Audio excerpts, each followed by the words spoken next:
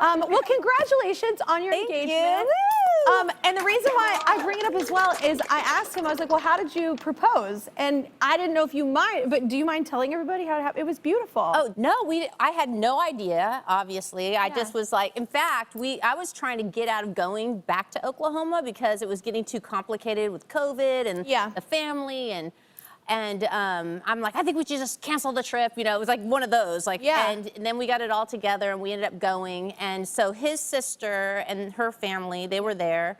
My kids were there, and my brother and his family. We were all there. We always are all there. And we were going to go see, we're building a house there. So we were going to go from the one part of the land to the other part of the land to go see the house.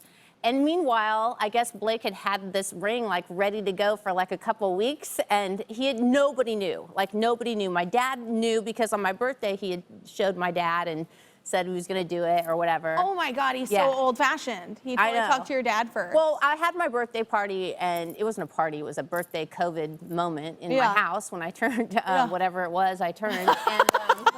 And 29.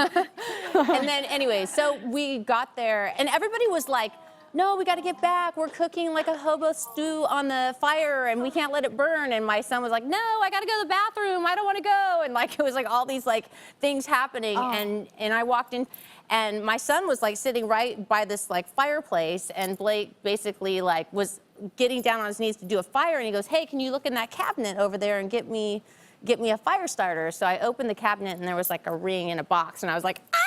Like, what? Are you serious? And then, so everybody like came running around because I guess they heard us screaming or whatever and crying. And so there was no video. It was just like my sister-in-law to be was just like shooting pictures, and that's that photo that we put out. So. Yep, I'm still here, just waiting for you to subscribe. If you don't, I'll be trapped in this box forever.